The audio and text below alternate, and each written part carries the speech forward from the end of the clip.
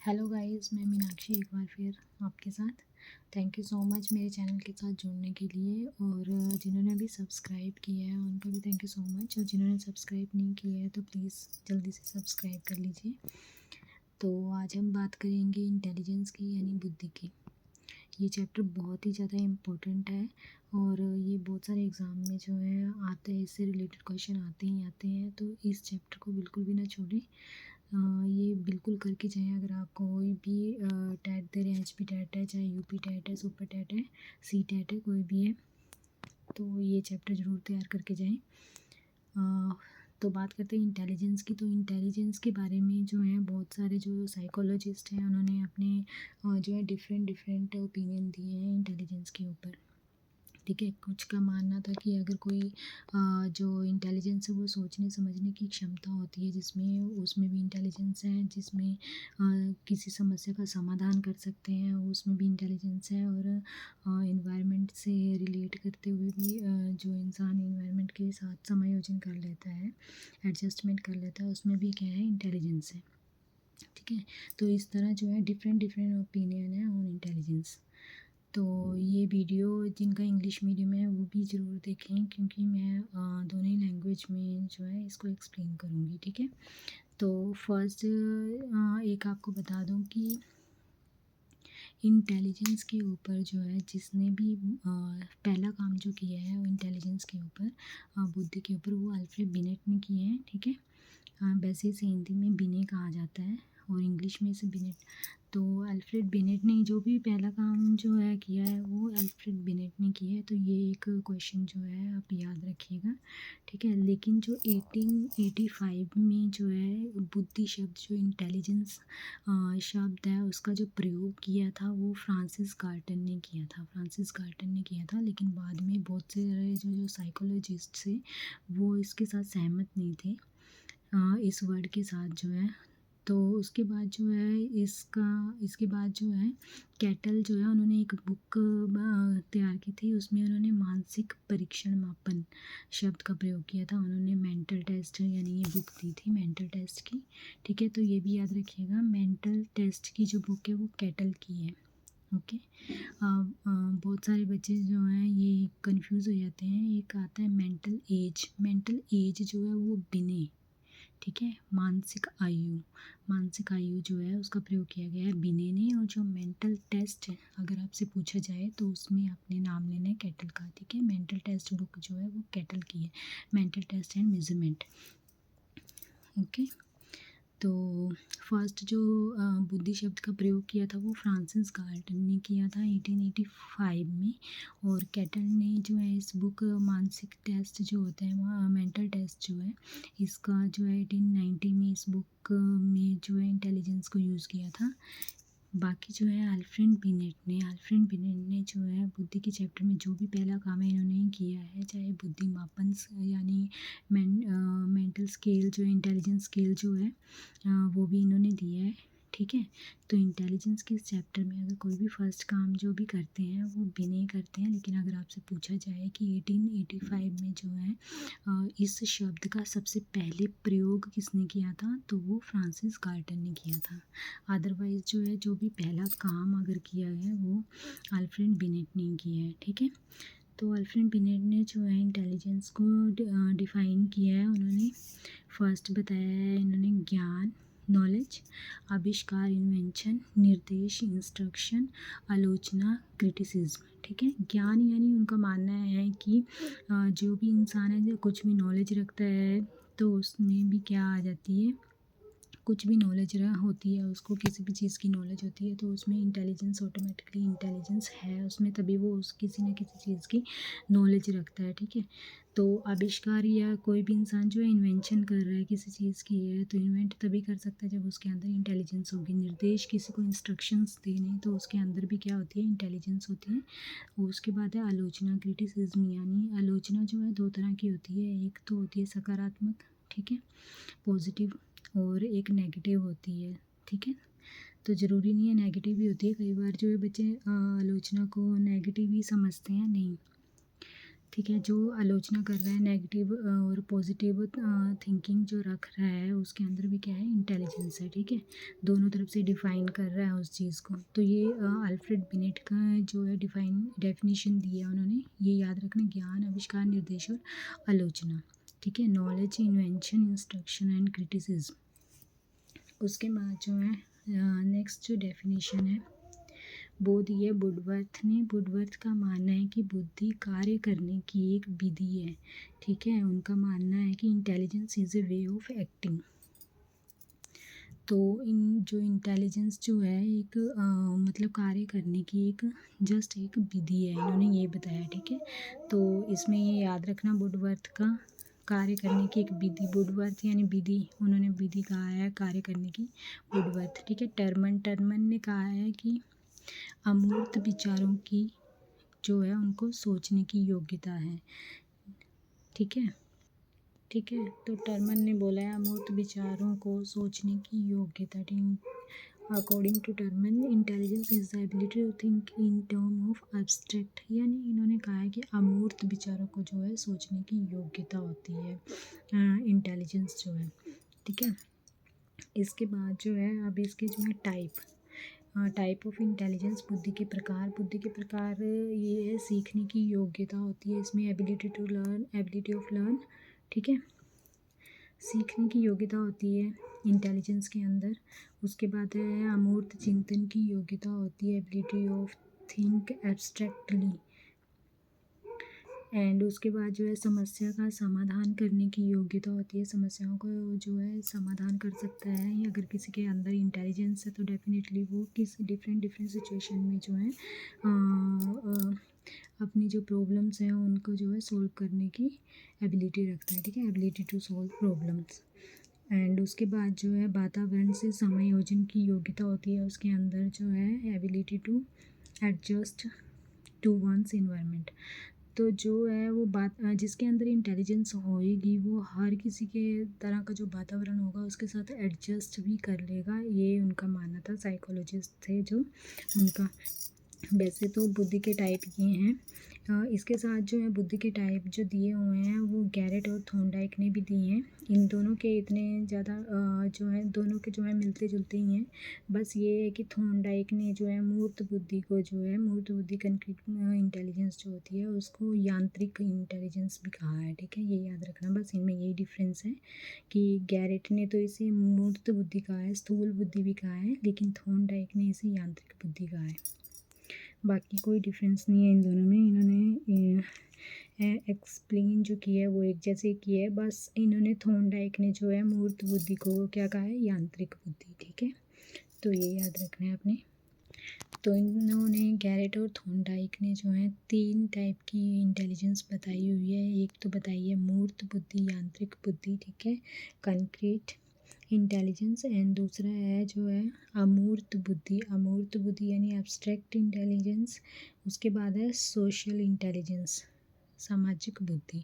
ठीक है, मूर्त बुद्धि में इन्होंने जो है एक्सप्लेन, अब जो मूर्त बुद्धि होती है ना, मूर्त बुद्धि में इन्होंने कहा है दोनों ने कि जो कंक्रीट इंटेलिजेंस है ना, इसमें वह लोग आते हैं जो कि रियल में चीज़ों को देखते हैं। मूर्त क्या होता है कि जिसको हम स्पष्ट रूप से चीज़ों को देख सकते हैं, हमारे सामने जो चीज़ है उस अकॉर्डिंग जो है हम अपनी इंटेलिजेंस का यूज़ करते हैं। ठीक है, तो इस इंटेलिजेंस में जो है चीज़ें जो हैं रियल एक्चुअल के रूप में देखी जाती हैं, एक्चुअली जो हमें दिखाई देती हैं उनके ऊपर वर्क किया जाता है या उनके बारे में जो है कुछ राय दी जाती है। ठीक है, ओपिनियन दिया जाता है अपना, उनको बोलते हैं मूर्त बुद्धि। तो आपने ये याद रखना है, मूर्त बुद्धि वो है जिसमें जो है हम चीज़ों को रियल रूप में देख सकते हैं, एक्चुअल रूप में देख सकते हैं और उसके ऊपर वर्क करते हैं। ठीक है, इस बुद्धि के अंदर जो है वो आते हैं कारीगर आ गए, इंजीनियर आ गए, मिस्त्री आ गए। ठीक है, किसान आ गए, जो एक्चुअल जैसे मूर्तिकार आ गया, जैसे वो मूर्तियों को देखता है उसके बाद जो है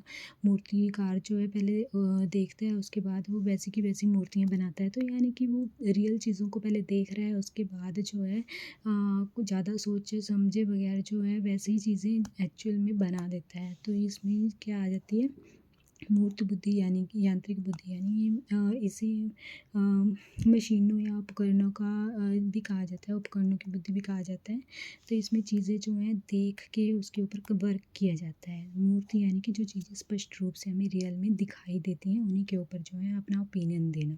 ओके, उसके बाद जो है अमूर्त बुद्धि जो होती है लॉजिकल थिंकिंग होती है, इसके अंदर क्रिएटिविटी होती है, यानी जिसमें इंसान जो है ना अपनी अलग अलग तरीके से सोचता है, अलग अलग तरीके से अपना दिमाग चलाता है। ठीक है, इसके अंदर आ जाता है वकील आ जाता है, साहित्यकार आ जाता है, कवि आ जाएगा इसके अंदर। अमूर्त बुद्धि में जो है जो अमूर्त बुद्धि है उसके अंदर जो है लॉजिकल थिंकिंग होती है, यानी क्रिएटिविटी होती है, अलग अलग तरह से लोग सोचते हैं, उसके ऊपर अपनी ओपिनियन रखते हैं। जैसे वकील हो गया, साहित्यकार हो गया, कवि हो गए, ठीक है, कवि हो गए, उनकी थिंकिंग क्या होती है, एब्स्ट्रैक्ट थिंकिंग होती है उनकी। वैज्ञानिक हो गए, इनकी थिंकिंग क्या होती है, एब्स्ट्रैक्ट थिंकिंग होती है ये। ठीक है, तार्किक होती है इनकी थिंकिंग, जो है लॉजिकल तरीके से सोचते हैं। ठीक है ना, चीज़ों को वैसे का वैसे देख के नहीं। तो इनकी जो चीज़ें इसको आप इसके अंदर रख सकते हैं कि बुकिश नॉलेज होती है इनको। ठीक है, अमूर्त बुद्धि में जो है बुकिश नॉलेज होती है इनको। ठीक है, उसके बाद जो हमारा था सोशल यानी कि सामाजिक बुद्धि। ठीक है, सोशल इंटेलिजेंस। तो इसमें सोशल इंटेलिजेंस में क्या है कि सोशल इन्वायरमेंट के साथ जो है इस इंटेलिजेंस में जो बन जाते हैं वो सोशल जो इन्वायरमेंट है उसके साथ मेल जोल होता है इनका। जैसे इसके अंदर आके कोई शिक्षक हो गया, शिक्षक वो भी सामाजिक बुद्धि के अंदर ही रखेंगे। ठीक है, राजनेता हो गए, मंत्री हो गए, उसके बाद व्यापारी हो गए, बिजनेसमैन जो होते हैं वो हो गए, उसके बाद समाज सेवा करने वाले जो लोग होते हैं वो आ गए। सामाजिक जो मतलब जो सोशल वर्क से रिलेटेड होते हैं वो सारे जो हैं वो आएंगे सामाजिक बुद्धि के अंदर। ठीक है, तो ये याद रखना है आपने। ठीक है ना, और जो डॉक्टर है ना वो अमूर्त बुद्धि में आएगा। ठीक है ना, अमूर्त बुद्धि में आएगा। लेकिन जो ऑपरेट करने वाले डॉक्टर होते हैं मशीन, जिनका काम मशीनों का या उपकरणों का आ जाता है, जो ऑपरेट करने वाले होते हैं वो मूर्त बुद्धि में आएंगे। लेकिन अगर आपको सिंपल डॉक्टर पूछा जाता है तो उसको आपने बोलना है अमूर्त बुद्धि में। ठीक है, तो ये याद रखना है। मूर्त बुद्धि यानी यांत्रिक बुद्धि कहा जाता है उसको, यानी यंत्रों का यूज़ करना जिसमें। तो मूर्त बुद्धि यानी रियल में जो चीज़ें हमें दिखाई देती हैं हमें जो है उसी के ऊपर अपना ओपिनियन दिया जाता है, ऐसे लोग आते हैं इसके अंदर। ठीक है, तो उसके बाद जैसे कारीगर हो गया, इंजीनियर हो गए, जो कि चीज़ों को देख के उसके बाद जो एनालाइज करके उसके बाद अपना वर्क करते हैं। अमूर्त बुद्धि में जो हो गया एब्स्ट्रैक्ट बुद्धि जो होती है, अलग अलग तरीके से सोचना, एक ही सिचुएशन के ऊपर कई अपने ओपिनियन देना। और सामाजिक बुद्धि में आगे जो कि सोशल इंटेलिजेंस होती है, सोशल से रिलेटेड जितने भी आते हैं वो इसमें आते हैं। ठीक है, ये गैरेट और थॉर्नडाइक ने ये तीन जो है इंटेलिजेंस को टाइप को जो है एक्सप्लेन किया हुआ है। ठीक है, तो ये भी पूछ लेते हैं गैरेट और थॉर्नडाइक के अकॉर्डिंग जो है कितने प्रकार दिए गए हैं बुद्धि के, मूर्त, अमूर्त, सामाजिक बुद्धि। ठीक है, थॉर्नडाइक ने इसे जो है यांत्रिक बुद्धि के रूप में कहा है। इसके बाद जो है एक और हमारा आता है इंटेलिजेंस के प्रकार में जो है कैटल का नाम भी लिया जाता है। ठीक है, कैटल के अकॉर्डिंग जो है बुद्धि जो है आनुवंशिक होती है। ठीक है, आनुवंशिक होती है, जेनेटिक होती है। ठीक है, और अर्जित की जाती है, एक्वायर की जाती है। तो आनुवंशिक का वर्ड से ही पता चल रहा है कि इसका मानना है कि ये बुद्धि जो है एक पीढ़ी से दूसरी पीढ़ी में वंशानुक्रम के अकॉर्डिंग जो है चलती रहती है। ठीक है, जन्मजात होती है। और अर्जित यानी कि अर्जित करने किसी इंटेलिजेंस को, वो है मतलब हम किसी भी वातावरण में चले जाते हैं तो हम नई नई चीज़ें वहाँ से एक्वायर करते हैं, तो ये आ जाता है अर्जित इंटेलिजेंस में। एक्वायर करना यानी अर्जित करना। ठीक है, कैटल के जो है दो इन टाइप जो हैं इन्होंने दिए हैं, तो ये आप याद रखना। ठीक है, बाकी जो है एक आपको बता दूं कि अल्फ्रेड बिने का जब नाम लिया जाता है तो उन्होंने जो है फर्स्ट सबसे पहले जो है मानसिक आयु वर्ड का यूज़ किया था। उसके बाद उन्होंने जो है जो बुद्धिमापन भी स्केल जो है वो भी उन्होंने ही दिया था। ठीक है, तो ये हम इंटेलिजेंस की जो है डेफिनेशन थी जो मैंने आपको डिस्क्राइब की है इसमें। उसके बाद जो है टाइप ऑफ इंटेलिजेंस है। टाइप ऑफ इंटेलिजेंस में ये चार टाइप ज़रूर याद रखना। उसके बाद जो गैरेट और थॉर्नडाइक ने इसके 3 टाइप दिए हुए हैं, वो भी मैंने अच्छे से आपको समझा दिए। ठीक है, और कैटल ने जो है इसके 2 टाइप दिए हुए हैं। तो ये थी बुद्धि की डेफिनेशन। इसमें किसी को अगर कोई डाउट, आई डोंट थिंक कि कोई डाउट होगा अभी। और इसके बाद जो है मैं इसके सिद्धांत जो है वो लेके आऊँगी नेक्स्ट वीडियो में। अभी टाइम की शॉर्टेज के कारण जो है मैं वीडियोस बना नहीं पा रही हूँ गाइस, तो प्लीज़ सपोर्ट मी। और बाकी आपको मैंने रीज़न भी बताया था इंस्टाग्राम पे, तो थोड़ा सा टाइम लग रहा है। बाकी सी-टेट का भी आ गया है अभी नोटिफिकेशन, तो उसके लिए भी तैयारी जो कर रहे हैं वो भी प्लीज़ वीडियो को अच्छी तरह से देखें, क्योंकि मैं कोशिश करूँगी कि तब तक थोड़ा सिलेबस कंप्लीट हो।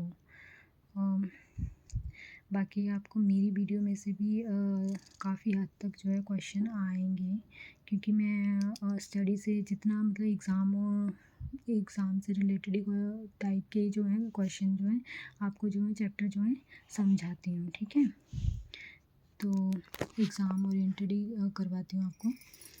तो आपको अगर वीडियो ज़रा भी अच्छी लगी हो तो प्लीज़ लाइक करना ना भूलें, और सब्सक्राइब भी ज़रूर करें चैनल को। देर से ही लेकिन मैं वीडियोस जो है डालूँगी ज़रूर। ठीक है, तो आप इसके बाद मैंने जो है आपको इंटेलिजेंस के ऊपर जो क्वेश्चंस थे वो मैं करवाऊँगी। वैसे मैंने प्रीवियस ईयर के सॉल्व जो पेपर हैं वो करवाने 10 के क्वेश्चन जो है वो मैं करवा देती हूँ अभी। तो इसमें जो है क्वेश्चन है, ये क्वेश्चन है, वह मनोवैज्ञानिक जिसने शैक्षिक मनोविज्ञान को शिक्षा के विज्ञान के रूप में परिभाषित किया है, जो एजुकेशनल साइकोलॉजी है, ठीक है, उसको परिभाषित किया है। तो ये है पील। ठीक है, पील, इन्होंने जो है वो प्रसिद्ध मनोवैज्ञानिक एडविन और पील ने जो है एजुकेशनल साइकोलॉजी को शिक्षा के विज्ञान के रूप में परिभाषित किया है। इनका मानना है कि जो शिक्षा जो मनोविज्ञान है वो शिक्षा के विज्ञान है। ठीक है, तो पील ने जो है मनोविज्ञान को शिक्षा के विज्ञान के रूप में परिभाषित किया है।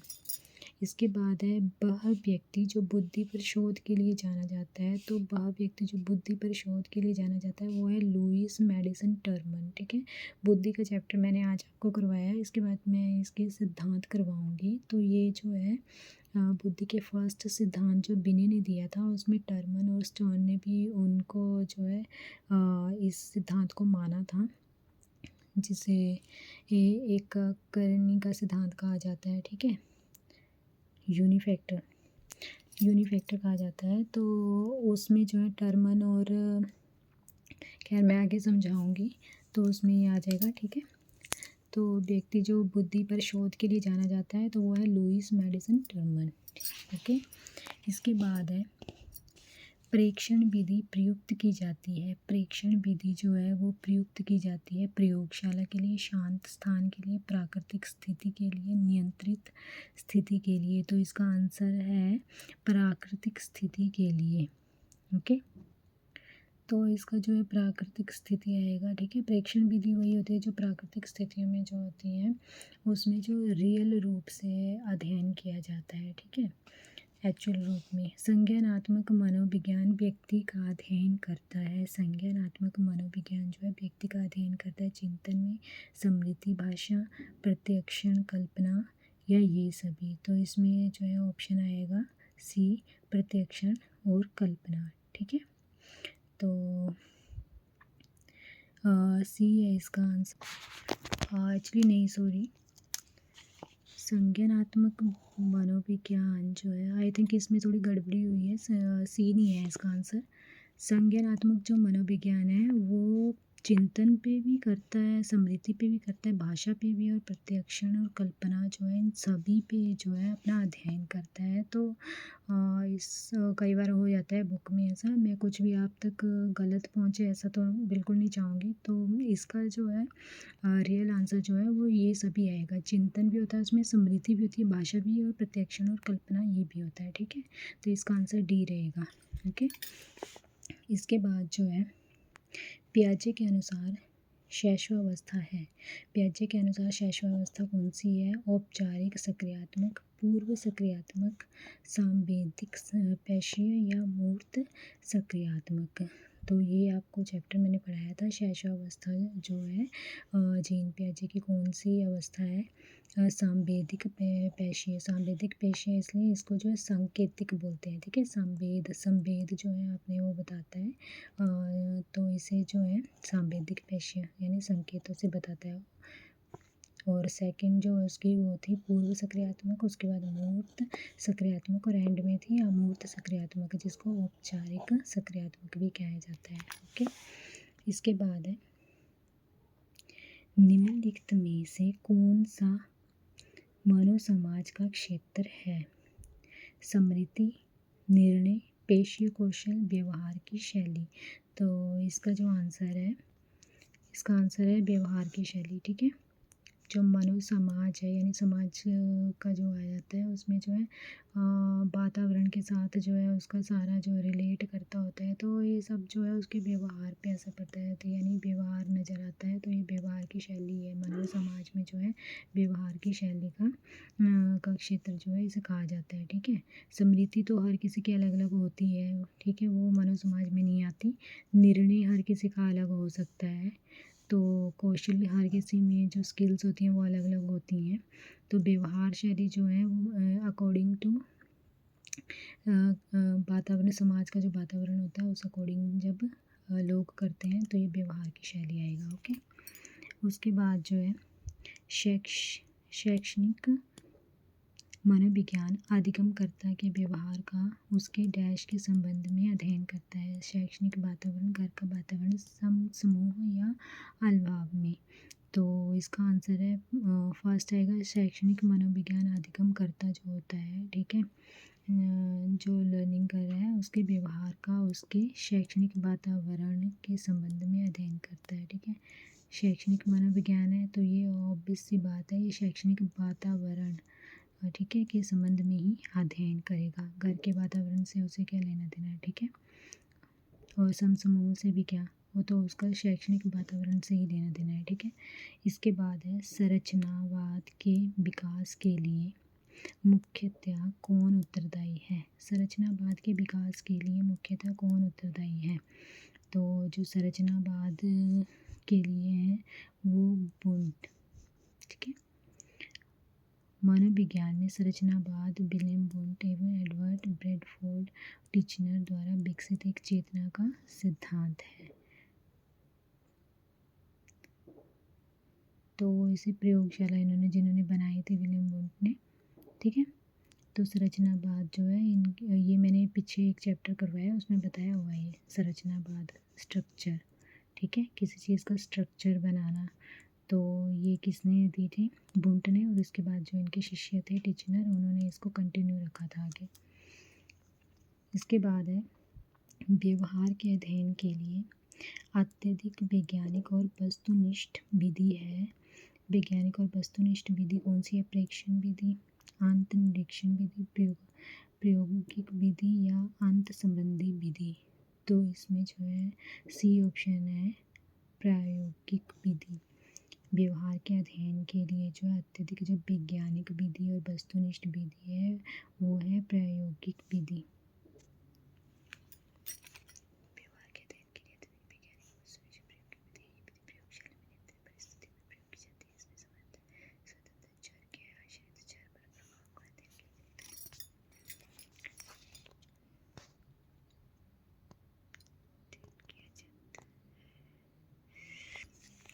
हाँ, प्रायोगिक विधि है।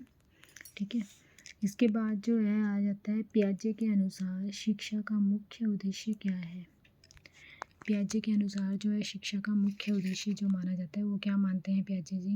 विद्यार्थियों की अधिगम में सहायता करना शिक्षा का मुख्य उद्देश्य पूछा है यहाँ पे। विद्यार्थियों के व्यवहार में बदलाव करना, विद्यार्थी को उसके पर्यावरण के साथ समायोजित करना या विद्यार्थी को अभिवृत्ति में परिवर्तन करना। तो पियाजे के अनुसार जो है शिक्षा का मुख्य उद्देश्य जो है उसके व्यवहार में बदलाव वगैरह वो तो नहीं कर सकते ना, वो बच्चे के किसी के भी व्यवहार में कैसे बदलाव ला सकते हैं, ठीक है। पर्यावरण के साथ समायोजन भी वो कर लेता है, ठीक है, लेकिन जो है विद्यार्थियों के जो अधिगम है जो वो पढ़ रहा है उसके में सहायता करना, ठीक है, अधिगम में सहायता करना, ठीक है। पियाजे के अनुसार जो शिक्षा का मुख्य उद्देश्य है उसके जो अधिगम है लर्निंग में सहायता करना है। ओके, तो ये हो गए 10 क्वेश्चन। वीडियो अच्छी लगी होगी तो प्लीज़ लाइक ज़रूर कीजिएगा एंड थैंक यू।